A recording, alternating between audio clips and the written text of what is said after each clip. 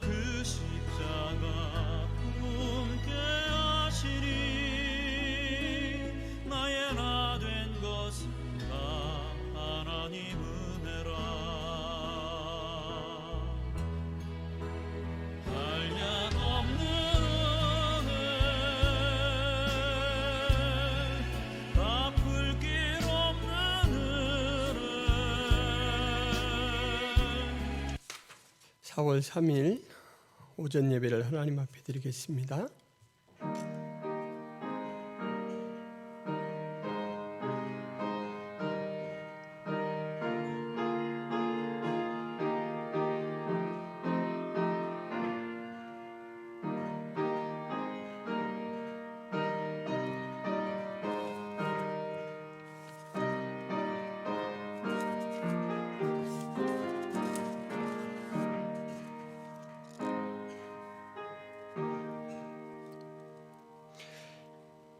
할렐루야. 그의 성소에서 하나님을 찬양하며 그의 권능의 궁창에서 그를 찬양할지어다. 그의 능하신 행동을 찬양하며 그의 지극히 위대하심을 따라 찬양할지어다. 나팔 소리로 찬양하며 비파와 수금으로 찬양할지어다. 소고치며 춤추어 찬양하며 현악과 퉁소로 찬양할지어다. 큰 소리 나는 제금으로 찬양하며 높은 소리 나는 제금으로 찬양할지어다. 호흡이 있는 자마다 여호와를 찬양할지어다. 할렐루야.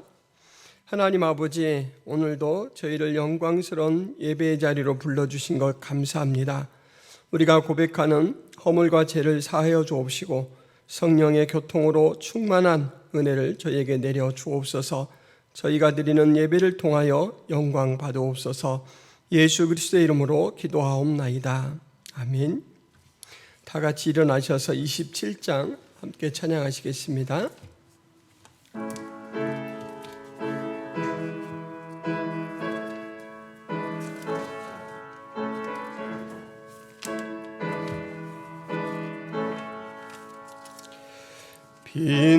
빛나고 높은 보좌와 그 위에 앉으신 주 예수 얼굴 영광이 해같이 빛나네. 해같이 빛나네. 지극히 높은 위엄과 한없는 자비를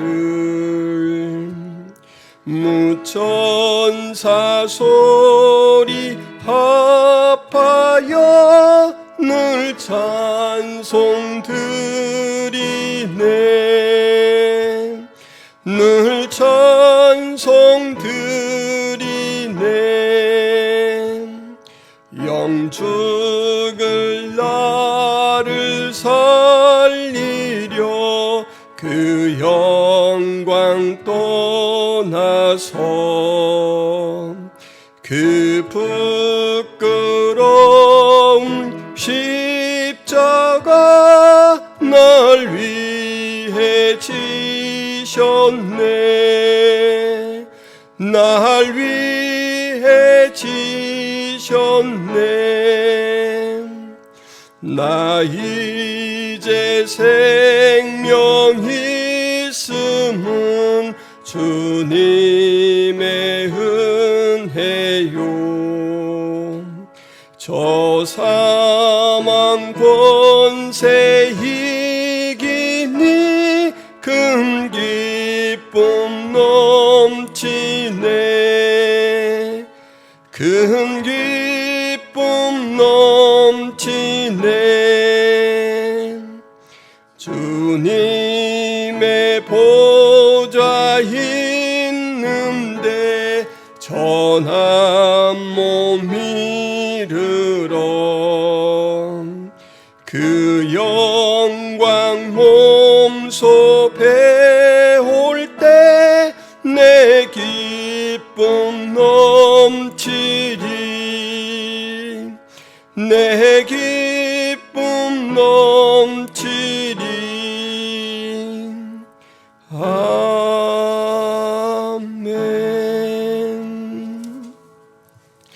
교동문 13번 시편 23편입니다. 여호와는 나의 목자시니 그가 나를 푸른 풀밭에 누이시며 내 영혼을 소생시키시고 내가 사망의 음침한 골짜기로 다닐지라도 해를 두려워하지 않을 것은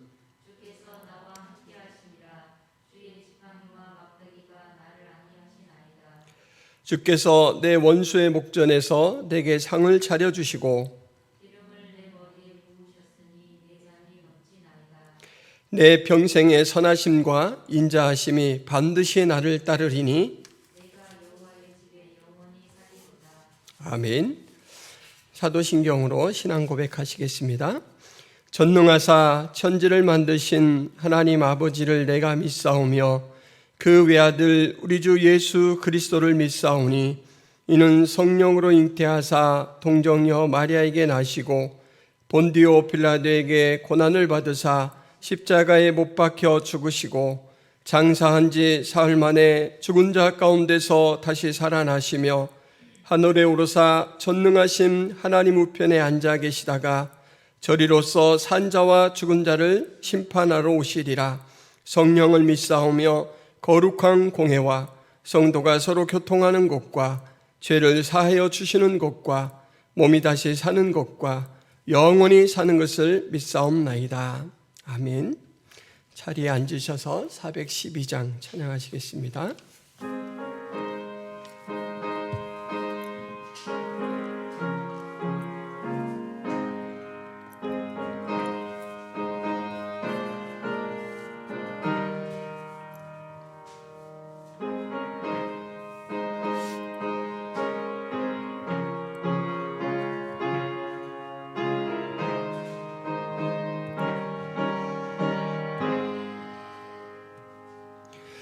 내 영혼의 극히 깊은 데서 맑은 가락이 훈련하네. 하늘 곡조가 언제나 흘러나와 내 영혼을 고이 싸네.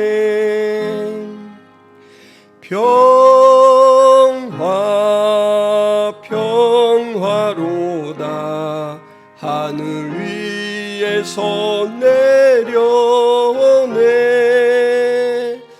그 사랑의 물결이 영원토록 내 영혼을 덮으소서. 내 마음속에 솟아난 이 평화는 깊이 묻힌 보배로다.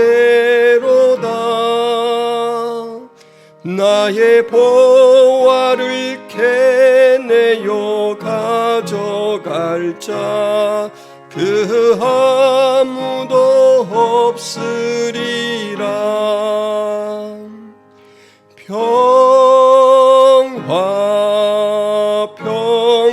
평화로다 하늘 위에서 내려오네. 그 사랑의 물결이 영원토록 내 영혼을 덮으소서. 내 영혼의 평화가 넘쳐남은 주의 큰 복을 받음이라. 내가 주야로 주님과 함께 있어 내 영혼이 편히 쉬네.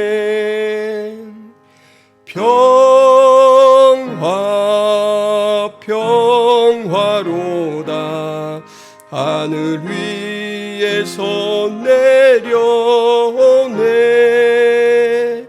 그 사랑의 물결이 영원토록 내 영혼을 덮으소서. 이 땅 위에 험한 길 가는 동안 참된 평화가 어디 있나.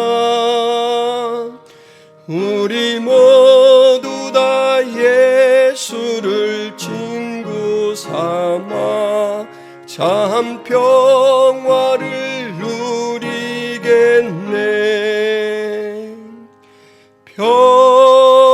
평화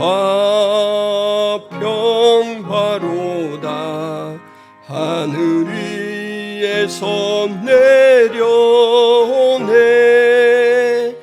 그 사랑의 물결이 영원토록 내 영혼을 덮으소서.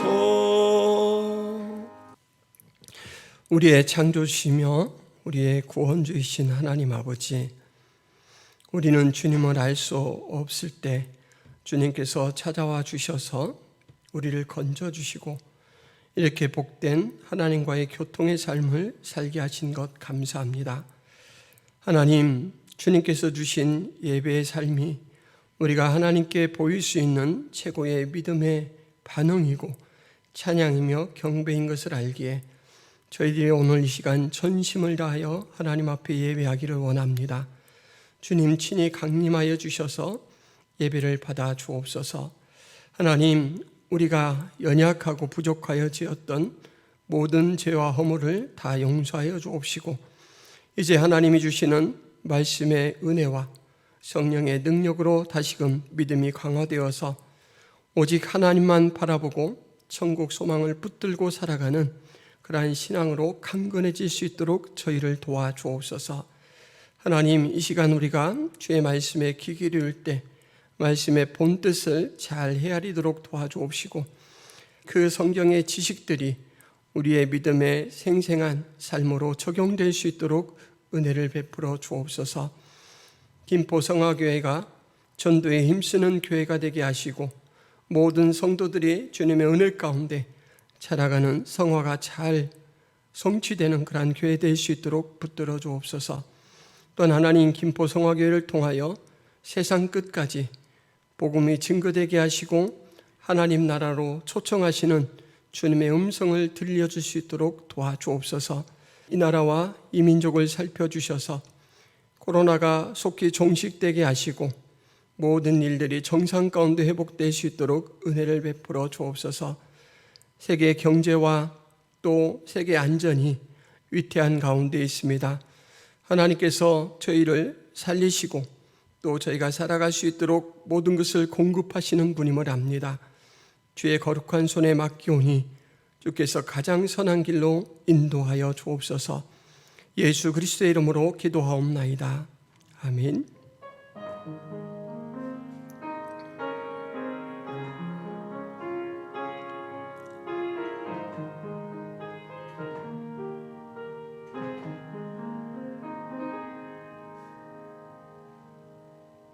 교회 소식을 말씀드리겠습니다. 김포성화교회에 오신 여러분을 환영합니다. 올해 교회의 표어는 예수 생명으로 자라가며 예수 생명을 전하는 삶입니다. 예수님의 생명을 풍성히 누리는 그리고 나누는 삶을 사실 수 있기를 바랍니다. 지난주부터 온라인 성경 공부를 유튜브로 송출합니다. 혹시 관심 있는 주제가 있으면 말씀해 주시기 바랍니다. 매주 시행하는 전도를 위해 기도 바랍니다. 그리고 내일 전도팀 친목회가 있습니다. 또 좋은 충전의 시간이 될 수 있도록 함께 기도해 주시길 바랍니다. 고난주간 특별 새벽 기도가 4월 11일부터 4월 16일까지 있습니다. 4월 18일 날은 서서울 노회가 화성교회당에서 있습니다. 4월 17일 부활주일은 성찬식을 하겠습니다. 이상입니다. 하나님의 말씀은 마가복음 5장 1절에서 20절 말씀입니다. 예수께서 바다 건너편 거라사인의 지방에 이르러 배에서 나오심에 곧 더러운 귀신 들린 사람이 무덤 사이에서 나와 예수를 만나니라. 그 사람은 무덤 사이에 거처하는데 이제는 아무도 그를 쇠사슬로도 맬 수 없게 되었으니 이는 여러 번 고랑과 쇠사슬에 매었어도 쇠사슬을 끊고 고랑을 깨뜨렸음이러라. 그리하여 아무도 그를 제어할 힘이 없는지라. 밤낮 무덤 사이에서나 산에서나 늘 소리 지르며 돌로 자기의 몸을 해치고 있었더라. 그가 멀리서 예수를 보고 달려와 절하며 큰 소리로 부르짖어 이르되 지극히 높으신 하나님의 아들 예수여, 나와 당신이 무슨 상관이 있나이까? 원하건대 하나님 앞에 맹세하고 나를 괴롭히지 마옵소서 하니, 이는 예수께서 이미 그에게 이르시기를 더러운 귀신아 그 사람에게서 나오라 하셨음이라. 이에 물으시되 내 이름이 무엇이냐? 이르되 내 이름은 군대니 우리가 많은 민이다 하고 자기를 그 지방에서 내보내지 마시기를 간구하더니 마침 거기 돼지의 큰 떼가 산 곁에서 먹고 있는지라. 이에 간구하여 이르되 우리를 돼지에게로 보내어 들어가게 하소서 하니 허락하신대 더러운 귀신들이 나와서 돼지에게로 들어가매 거의 2,000마리 되는 떼가 바다를 향하여 비탈로 내리다라 바다에서 몰사하거늘 치전다들이 도망하여 읍내와 여러 마을에 말하니 사람들이 어떻게 되었는지를 보러 와서 예수께 이르러 그 귀신 들렸던 자 곧 군대 귀신 집혔던 자가 옷을 입고 정신이 온전하여 앉은 것을 보고 두려워하더라. 이에 귀신 들렸던 자가 당한 것과 돼지의 일을 본 자들이 그들에게 알림해 그들이 예수께 그 지방에서 떠나시기를 간구하더라. 예수께서 배에 오르실 때에 귀신 들렸던 사람이 함께 있기를 간구하였으나 허락하지 아니하시고 그에게 이르시되 집으로 돌아가 주께서 내게 어떻게 큰 일을 행하사 너를 불쌍히 여기신 것을 내 가족에게 알리라 하시니 그가 가서 예수께서 자기에게 어떻게 큰 일을 행하셨는지를 데가볼리에 전파하니 모든 사람이 놀랍게 여기더라. 아멘. 예수님께서 요단강 동쪽에 있는 거라사이네 지방에 찾아가셨습니다. 갈릴리 바다를 배로 건너신 예수님께서 배에서 내리실 때 멀리서 한 사람이 달려와 절을 합니다. 이 사람의 상태를 오늘 복음서가 서술하고 있는데 귀신 들린 사람이다. 귀신의 영향으로 이 사람은 기이한 행동을 많이 해서 유명해진 사람입니다.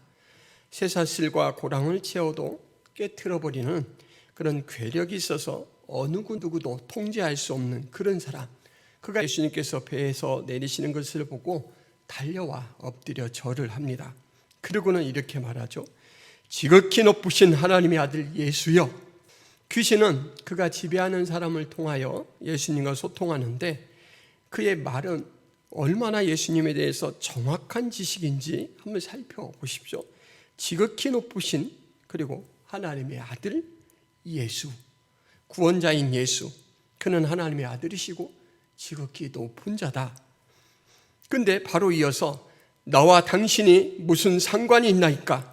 원하건대 하나님 앞에 맹세하고 나를 괴롭히지 마옵소서. 이렇게 연결합니다. 귀신은 예수님에 대해서 잘 알고 있지만 예수님과 다른 편에 있음을 밝히죠.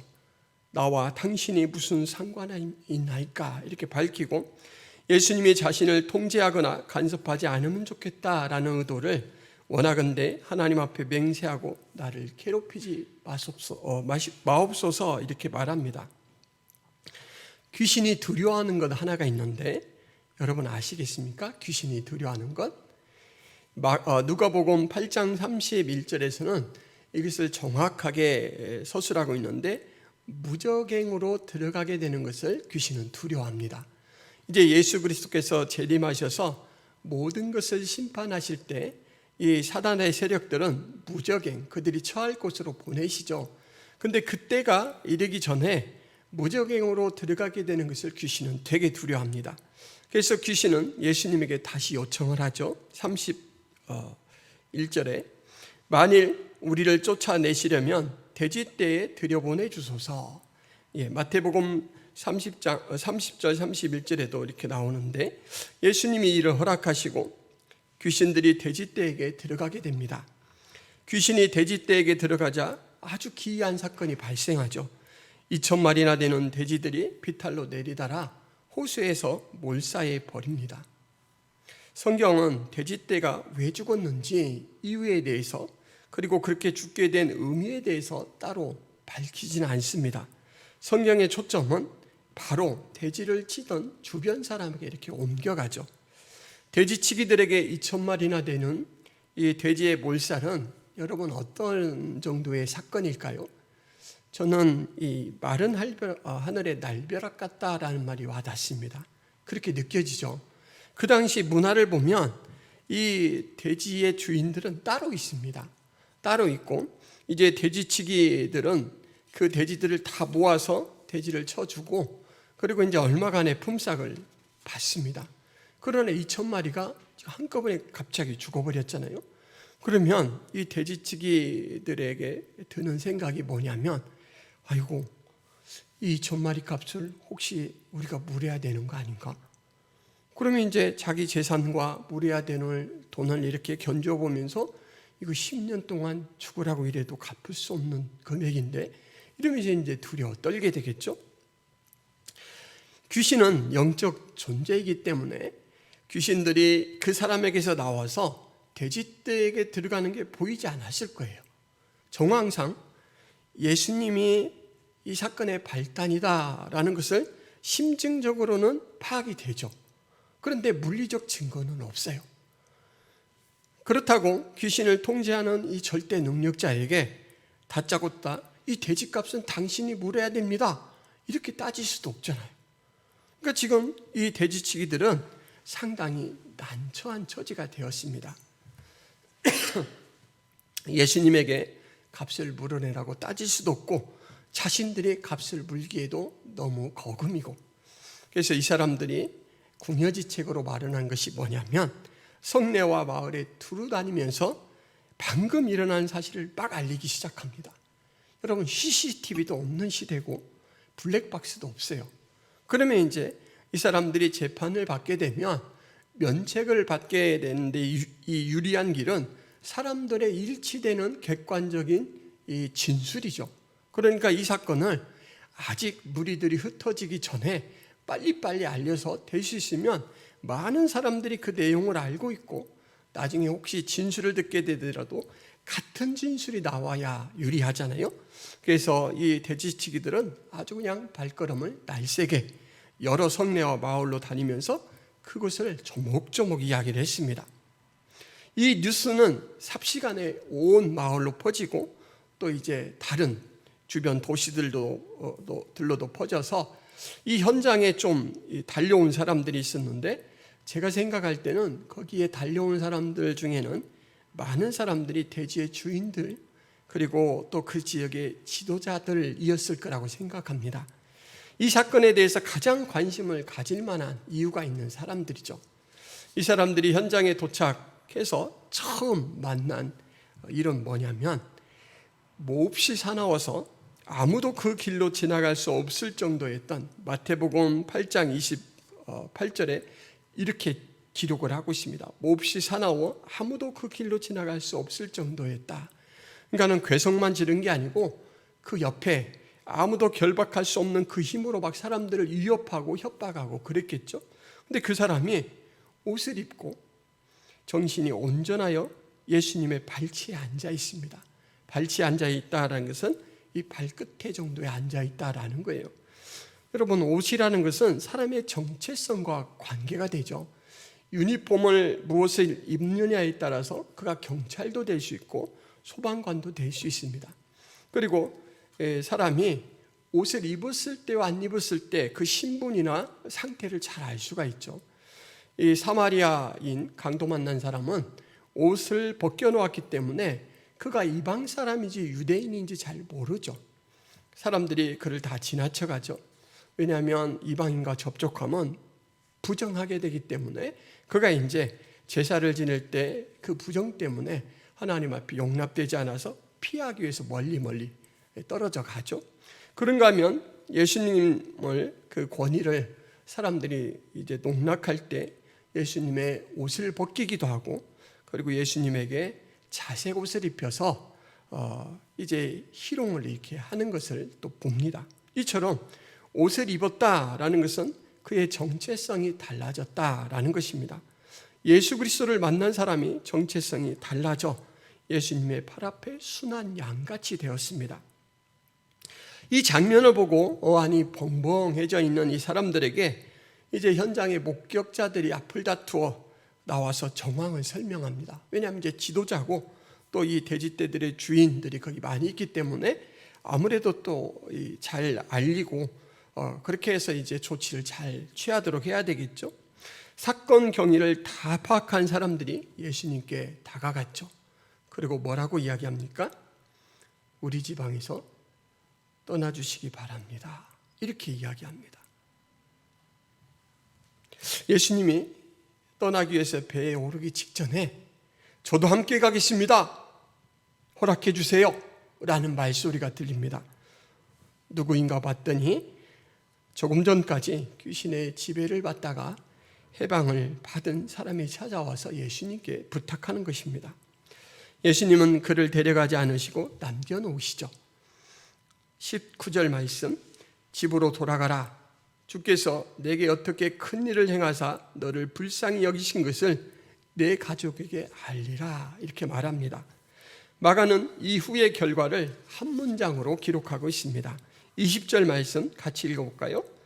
그가 가서 예수께서 자기에게 어떻게 큰 일을 행하셨는지를 데가볼리에 전파하니 모든 사람이 놀랍게 여기더라. 여러분, 오늘 본문의 이 이야기는 독립된 사건이면서 바람과 바다를 잔잔하게 하는 사건, 이 이후에 21절부터 이어질 두 병자의 치료 사건과 함께 주제면에서 연결되어 있습니다. 바람과 물결이 항해를 지배하죠. 악한 영이 한 사람의 영혼을 지배하죠. 병이 몸을 지배하죠. 지배하는 세력들을 예수님께서 이제 메시아로 오셨는데 그가 메시아로서의 통치권을 발동합니다. 그러자 바람과 물결이 잔잔해지죠. 악한 영이 한 사람을 지배하던 상태에서 떠나고 그에게 평화가 찾아오죠. 병에 몸이 지배받던 사람이 병이 떠나가고 몸이 회복됩니다. 그래서 지배받던 상태에서 예수 그리스도께서 하나님 나라의 왕으로서 통치권을 발동하니까 하나님 나라의 평강 상태로 전환되고 있다라는 것을 밝혀주는 이 사건들입니다. 그리고 그 자리에서 그 일을 경험한 사람들은 하나같이 두려움을 갖습니다. 지난 시간에 제가 이 두려움이 공포가 아니다라고 말씀드렸는데 혹시 기억나시나요? 하나님이 가지신 신적 권능이 사람이신 예수 그리스도에게 나타나니까 두려워하면서 공경하는 것, 존경하는 경외심이 바로 이 두려움의 실체다라고 말씀을 드렸습니다. 예수님이 공생의 사역을 시작하실 때 이렇게 선언하십니다. 때가 찼고 하나님의 나라가 가까이 왔으니 회개하고 복음을 믿으라. 예수 그리스도가 메시아로 오셨잖아요. 구원자로 오셨는데 자, 너희들이 이제 구원받을 기회가 되었도다. 구원을 얻으라. 이렇게 얘기하지 않고 하나님의 나라라는 말씀으로 이야기를 하셔요. 하나님의 나라가 가까이 왔으니 회개하고 복음을 믿으라.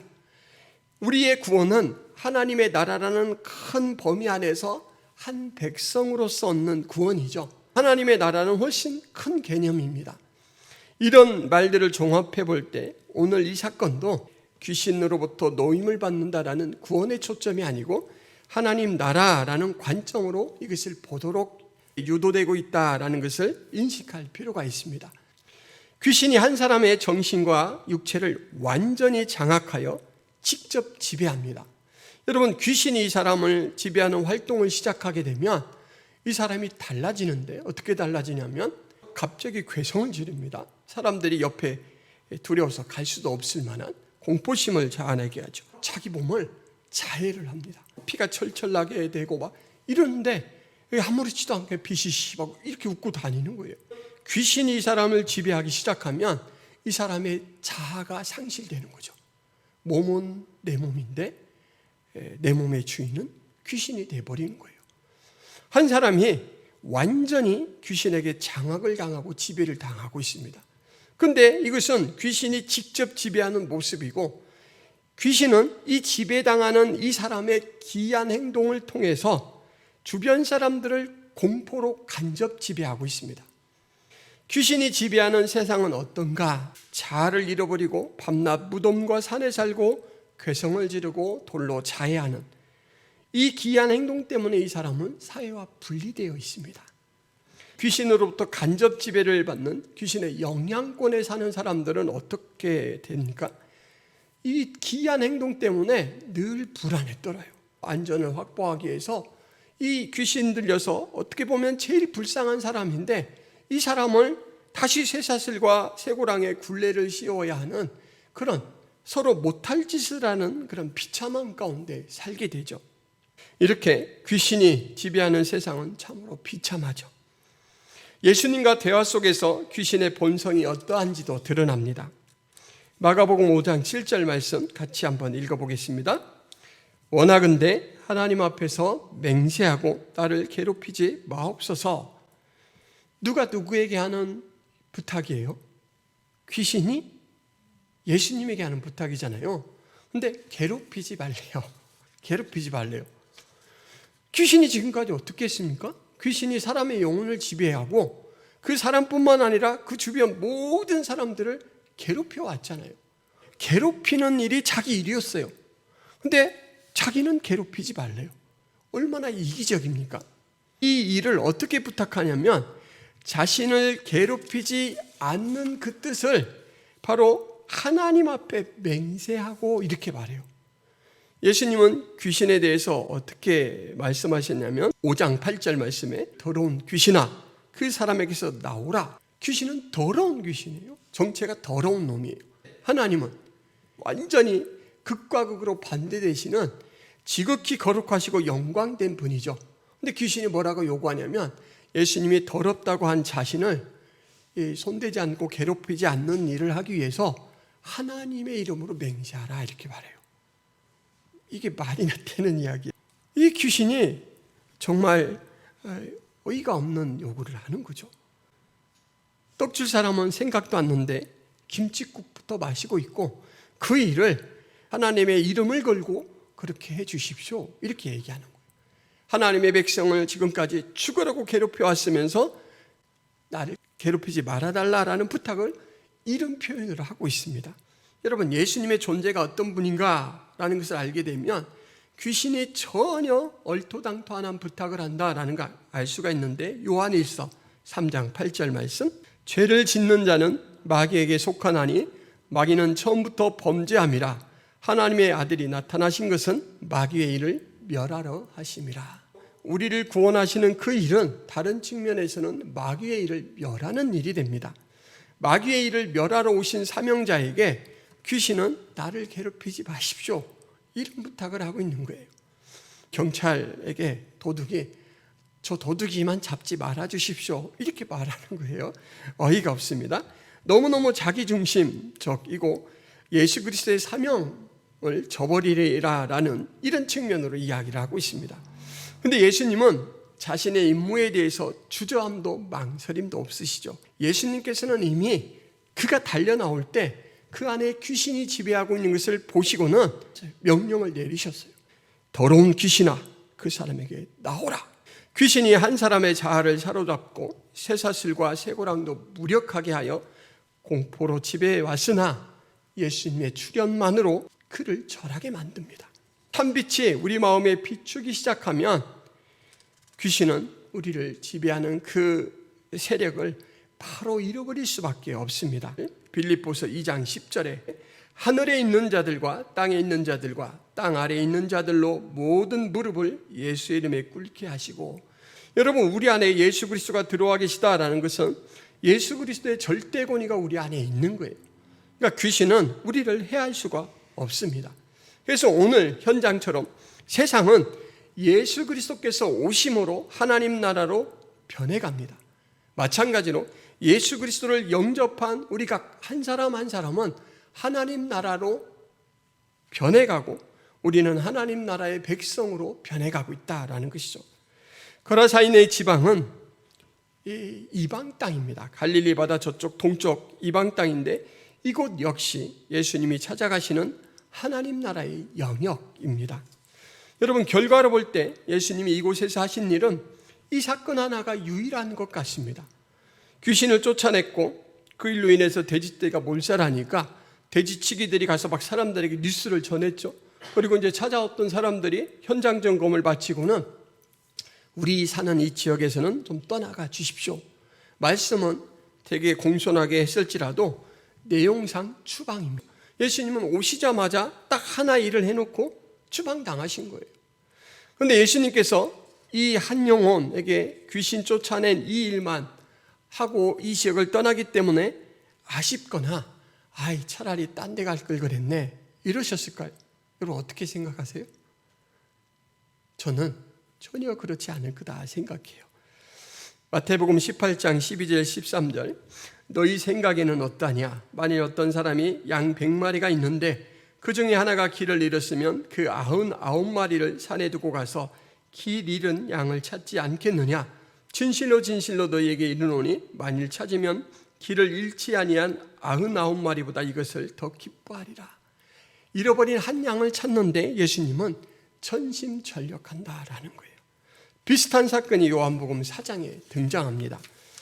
예수님께서 사마리아 땅을 찾아가시는데 사마리아 땅은 역사적으로 이방 사람들과 같이 모여 살게 만든 정책적으로 그렇게 됐기 때문에 혼합주의 신앙과 결혼도 그렇게 서로 하고 그래서 혼혈들이 많이 태어났습니다. 그래서 이스라엘에서는 이 사마리아 지역을 부정한 땅으로 취급을 해서 이곳을 잘 찾아가지 않습니다. 갈릴리와 예루살렘을 오가는 사람들도 오래 걸리고 험한 길이라도 멀리 돌아서 가고 이 사마리아 지역이 훨씬 경비도 더 덜 들고 편한 길인데도 그리 가지 않아요. 그런데 예수님께서 이 사마리아 지역을 일부러 찾아가십니다. 중동 지역에서 정오 시간에 여행을 하십니다. 요한복음 4장 6절 말씀에 거기 또 야곱의 우물이 있더라. 예수께서 길 가시다가 피곤하여 우물 곁에 그대로 앉으시니 때가 6시쯤 되었더라. 우리 시간과 달라서 6시가 바로 12시입니다. 정오입니다. 정오. 그런데 예수님께서 이곳에 나타나셔서 어떻게 행동하시는가라는 것을 묘사하는 한마디가 있는데 그대로 앉으시니 이 말이에요. 그대로 앉으시니. 여러분 그대로 앉는다는 게 어떤 말이에요? 털썩 주저앉는 거예요. 녹초가 된 상태에서 예수님이 털썩 주저앉으신 거예요. 소외된 한 여인을 만나서 구원하시려고. 예수님은 당신의 양을 위해 목숨을 내놓는 분이다라는 것을 요한복음 10장 15절에 기록하고 있습니다. 아버지께서 나를 아시고 내가 아버지를 아는 것 같으니 나는 양을 위하여 목숨을 버리노라. 여러분 예수님 앞에 바로 여러분이 양이십니다. 그래서 이 이야기는 여러분에게 해당되는 이야기예요. 나를 찾아서 갈릴리 먼 바다를 한달음에 건너오신 예수님, 중동 지역의 뜨거운 정오 한낮을 걸어서 나를 찾아오신 예수님. 예수님의 양의 상태는 다 다를 거예요. 건강한 양도 있지만 아픈 양도 있습니다. 예민한 양도 있어요. 의심 많은 양도 있어요. 그러나 그들의 상태 때문에 예수님은 그들을 배척하지 않으십니다. 예민하면 예민한 상태에 맞춰 주시고 의심이 많은 양 도마 같은 사람은 예수님께서 그 의심을 풀어주도록 그럼 네가 여기를 넣어보고 손가락을 나를 만져봐라 이렇게까지 말씀하세요. 아픈 양에게는 그 아픔을 감안하셔서 찾아가 만나주시죠. 이렇게 예수님께서는 한 양을 위해서 목숨을 버리시는 모습으로 그 천국을 확장시켜 간다라는 것을 살펴보았고요. 이제 돼지치기와 뉴스를 전해서 달려나온 현장 사람들에 대해서 좀 살펴보도록 하겠습니다. 여러분 돼지 2,000마리의 몰사는 비난과 책임에 대해서 생각하지 않을 수 없는 그런 사건이죠. 상황이 정리되기 전에 돼지떼의 주인들과 판단을 내릴 주관자들에게 이 정황을 잘 알리고 또 자신이 재판받을 때 그 면책을 위해 좋은 중요한 진술들을 할 수 있도록 많은 사람들에게 알린 것, 그것은 자연스럽고 참 잘한 일이다라고 할 수가 있습니다. 그런데 이 돼지치기들에게 참 안타까운 사실이 하나 있는데 너무 현실적인 이 책임과 비난에 몰두한 나머지 이 사람들은 지금 일어나고 있는 이 일의 의미를 잘 알지 못해요. 메시아가 도래해서 하나님의 나라가 인간 역사에 확장돼 가는 과정에서 일어난 놀라운 변화입니다. 직면한 위기에 정신을 빼앗겨서 신앙 성장에 너무너무 중요한 디딤돌을 이들은 현실의 안전과 현실의 안정이라는 일의 걸림돌로만 여기고 있어요. 그래서 그 신앙 성장이라는 영적 진보로는 아직 나아가지 못하고 있죠. 이들과는 달리 빌립보 감옥에 갇혀 있었던 사도들을 만난 간수는 그 기회를 영적 성장의 전환점으로 바꾸죠. 사도행전 16장 29절에서 34절 말씀, 간수가 등불을 달라고 하며 뛰어들어가 무서워 떨며 바울과 실라 앞에 엎드리고 그들을 데리고 나가 이르되 선생들이여 내가 어떻게 하여야 구원을 받으리까 하거늘 이르되 주 예수를 믿으라 그리하면 너와 내 집이 구원을 받으리라 하고 주의 말씀을 그 사람과 그 집에 있는 모든 사람에게 전하더라. 그 밤 그 시각에 간수가 그들을 데려다가 그 맞은 자리를 씻어주고 자기와 그 온 가족이 다 세례를 받은 후 그들을 데리고 자기 집에 올라가서 음식을 차려주고 그와 온 집안이 하나님을 믿음으로 크게 기뻐하니라. 이 간수는 바울과 실라가 감옥에서 탈출한 줄 알고 자결을 하려고 했던 사람입니다. 그 당시에 죄수를 잃어버리면 자기가 그 죄수가 받아야 될 벌을 받아야 돼요. 그런데 간수에게만 그 벌이 주어지지 않고 가족들에게도 주어질 걸 알기 때문에 간수는 차라리 자기의 생명을 끊어서 자기 한 사람이 모든 걸 책임지려고 했었습니다. 그런데 바울과 실라가 그것을 막고 아니다, 우리 도망가지 않았다, 여기 있으니까 괜시리 목숨을 버리지 말아라 라고 했고, 이제 간수가 그 상황에 맞닥뜨려서는 도망가지 않은 사실에 놀라고 감옥문이 저절로 열렸다라는 사실에 놀라서 하나님이 살아계시다라는 것을 이제 받아들이고 믿고 이렇게 구원을 받습니다. 위기의 때를 성장의 기회, 하나님 앞에 돌이키는 기회로 사용하고 있는데 돼지치기들은 아직 그러지 못하고 있습니다. 돼지치기들의 전한 소식을 듣고 현장에 달려온 사람들, 오자마자 그들은 먼저 눈으로 그 현장을 봐요. 지금까지 이 군대 귀신 잡혔던 그 사나운 사람, 아무도 통제할 수 없던 그 사람이 예수님의 발치에서 순한 양이 되어서 그의 말을 듣고 있는 것을 보았어요. 현장에 있던 사람들이 달려와서 어떻게 그 일이 일어났는가라는 것을 자세히 이야기해줘서 예수님의 이 신적 권세가 나가서 그렇게 됐다라는 걸 그들이 알죠. 그런데 이 돼지떼 2,000마리라는 손해가 더 크게 보였던 것 같아요.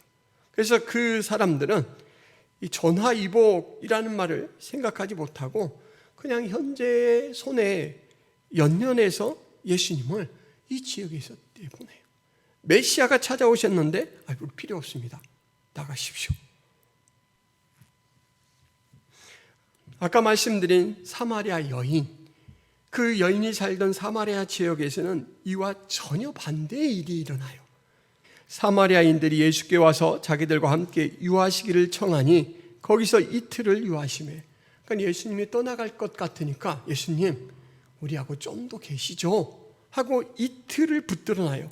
그 이틀 머뭅의 결과가 어떻게 진행되느냐, 41절에 예수의 말씀으로 말미암아 믿는 자가 더욱 많아. 직접 대화를 나눠보고는 믿는 사람들이 많아졌습니다. 그래서 그 사람들이 자기에게 첫 소식을 전해줬던 여자에게 이렇게 말합니다.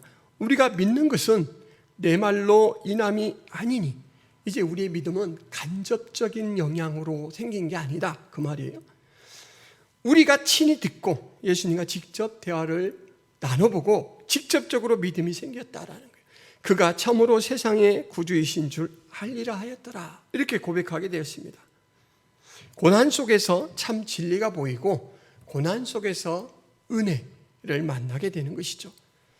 귀신의 지배에서 해방된 사람이 예수님과 함께 할 수 있도록 허락을 구할 때 예수님은 그래 너라도 구원해서 가자라고 배태운 게 아니고 아니다, 집으로 돌아가 주께서 내게 어떻게 큰 일을 행하사 너를 불쌍히 여기신 것을 내 가족에게 알리라 라고 말씀해서 남겨놓으셔요. 함께함이 아니라 남겨서 전파함의 사명을 그에게 주시죠. 현장에서 파송한 선교사와 같습니다. 은혜를 입고 예수님을 사랑하게 된 이 사람은 충성과 열심을 다해서 예수님께서 하신 일을 전하죠. 그 일의 결과가 어떻게 됐냐면 20절 말씀, 그가 가서 예수께서 자기에게 어떻게 큰 일을 행하셨는지를 데가볼리에 전파하니 모든 사람이 놀랍게 여기더라. 예수님은 가족에게 그걸 전하라 라고 했잖아요. 근데 결과는 데가볼리예요. 데가볼리는 어떤 곳이냐면, 여러분 수원 아시죠? 수원이 포함된 이 더 큰 의미로 부를 때는 뭐라고 부르죠? 수원을 경기도라고 부르잖아요. 데가볼리가 바로 경기도와 같은 거예요. 거라사 지방 여기만 퍼진 게 아니고 아예 그가 살고 있는 넓은 지역까지, 강을 건너고 산을 건너서 멀리까지 도시를 건너서 그 온 예수님이 행한 일이 퍼질 수 있도록 이 사람이 조금도 쉬지 않고 막 자랑하고 다닌 거예요. 현장에서 파송받은 선교사가 일을 잘했어요? 못했어요? 엄청나게 잘했어요. 하나님 나라를 복음으로 확장시키는 그 일에 쓰임을 받고 있습니다. 말씀을 정리하겠습니다. 여러분, 거라사 지방 사람들은 돼지떼 몰살 사건을 확실하게 보면서 귀신을 추방하셔서 하나님 나라의 평화를 찾아주시는 예수님의 은혜를 보지 못하는 아직도 봉사와 같은 영적 눈을 가지고 있어요. 그 가운데서 귀신의 존재에 대해서 그 명확한 점들이 드러나죠. 귀신은 더러운 귀신이고 영을 지배하고 공포감을 조성해서 사람들을 놀랍게 하고 올가매지만 예수님의 권세가 드러나자마자 그들의 권세는 사라진다라는 걸 보았습니다. 그런데 그 놀라운 사실을 보지 못하고 돼지떼 2,000마리에 대한 책임, 그리고 돼지떼 2,000마리를 손해봤다라는 그런 낙심, 거기에만 사로잡혀 있는 것이죠. 우리 인생에서 무엇을 남기고 무엇을 보낼 것인가, 이것을 잘 분별하는 것은 매우 중요합니다. 예수님은 한 영혼에게서 귀신을 쫓아내 주셔서 그 영혼을 구원하셨어요. 그런데 그것을 목도한 공동체, 그 사회는 예수님을 쫓아내요.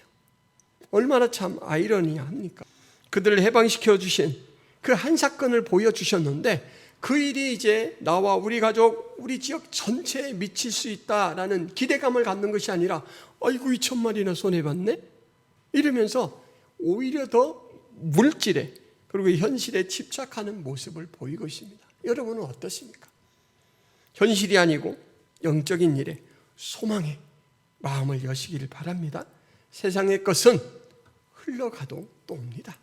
세상 권세를 다 가지신 예수님께서 우리에게 꼭 필요하다, 그래서 있기를 원한다 그러면 어떠한 방법으로라도 채워줄 수가 있습니다. 그런데 예수 그리스도를 붙드는 일은 주어진 때에만 가능한 일들이죠. 여러분이 살아있는 동안에 온 천하를 굴복시킬 수 있는 예수님의 권세는 약한 자들을 위해 한없이 부드러워집니다.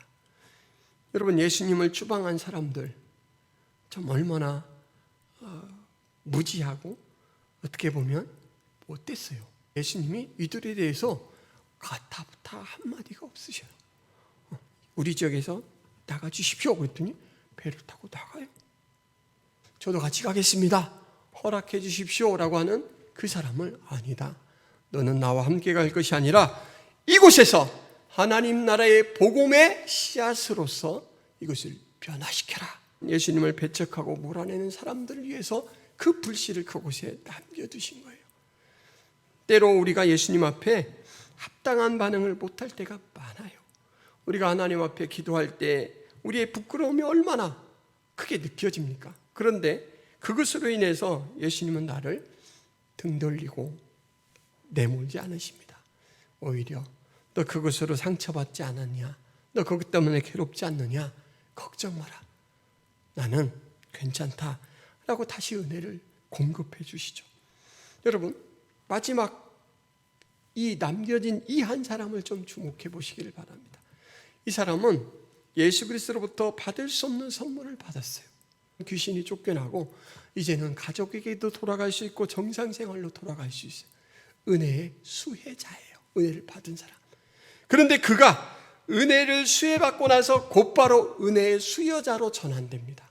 이제는 예수 그리스도에 대한 복음을 사람들에게 나누어줄 수 있는 사람이 돼요. 예수를 믿는 사람은 누구나 이 두 가지 은혜에 있다다 있습니다. 은혜를 늘 공급받아요. 우리는 지금도 공급받아요. 그렇지만 우리가 줄 수 있는 은혜도 있다라는 거예요. 내 것은 아니에요. 예수님이 나에게 채워주셨기 때문에, 경험시켰기 때문에 가지게 된 은혜, 그것을 우리는 줄 수가 있습니다. 고린도후서 6장 2절 말씀, 이르시되 내가 은혜 베풀 때 너에게 듣고 구원의 날에 너를 도왔다. 너의 기도를 듣고 내가 너를 도왔다라는 것이죠. 하셨으니 보라, 지금은 은혜 받을 만한 때요, 보라 지금은 구원의 날이로다. 지금이란 말, 여러분, 지금 현재. 우리의 구원은 항상 현재형이어야 됩니다. 만약에 복음을 전하고 싶은, 전도하고 싶은 사람이 있으면 지금 하셔야 돼요. 기회가 닿을 때. 왜냐하면 내일은 우리의 시간이 아닙니다. 그리고 사람의 생명이 끝나고 난 다음에는 복음이 그에게 역사될 수가 없습니다. 기도하겠습니다.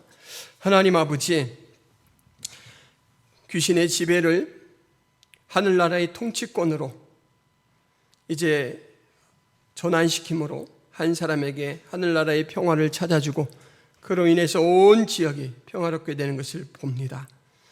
하나님, 그 영적 은혜를 목도하면서도 아직도 세상의 것에 몰두하여서 그 영적 평화와 은혜를 분별하지 못하는 안타까운 현실도 봅니다.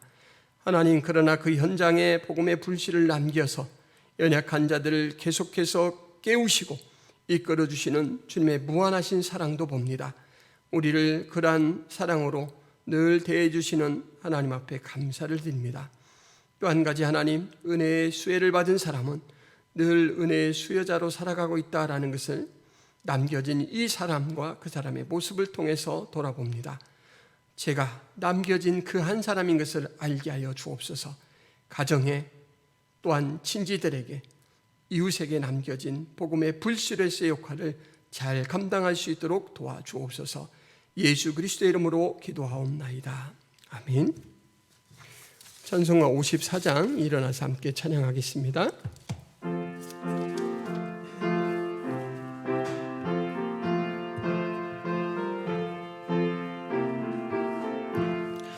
주여 복을 구하오니 편히 가게 하시고 사람마다 주 은혜로 이기도록 하시고 광야 같은 세상에서 항상 인도하소서. 주여 복된 말씀 듣고 무한 감사합니다. 구원받은 주의 성도 열매 맺게 하시며 하나님이 우리 함께 항상 계시옵소서.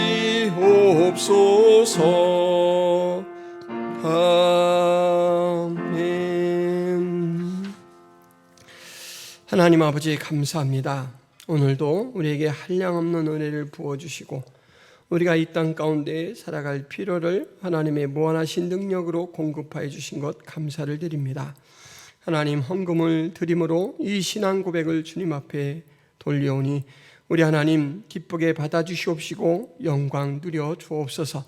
우리가 하나님의 청지기로서 하나님의 것을 선물로 받아 누리고 살아갈 때, 또 그것을 사용할 때 하나님 나라의 확장을 위하여 기여하게 하여 주옵시고 많은 이웃들을 유익하게 윤택하게 할 수 있도록 도와주옵소서. 항상 청지기로서의 충성과 순종을 다하는 저희들 되게 하여 주옵소서. 이제는 예수 그리스도의 은혜와 하나님 아버지의 극진하신 사랑과 성령 하나님의 감화 감동의 역사가 전국 복음의 확장으로 우리를 참 소망 가운데 살게 인도하시고 또 이 땅 가운데 은혜의 수혜자뿐만 아니라 수요자로 살게 하신 사명을 주셨다라는 것을 기억하고 그것을 위하여 기도하며 힘쓰기를 다짐하는 김포 성화교의 모든 성도들 머리 위에 그리고 하나님의 귀한 백성들 머리 위에 이제부터 영원토록 함께 있을지어다. 아멘.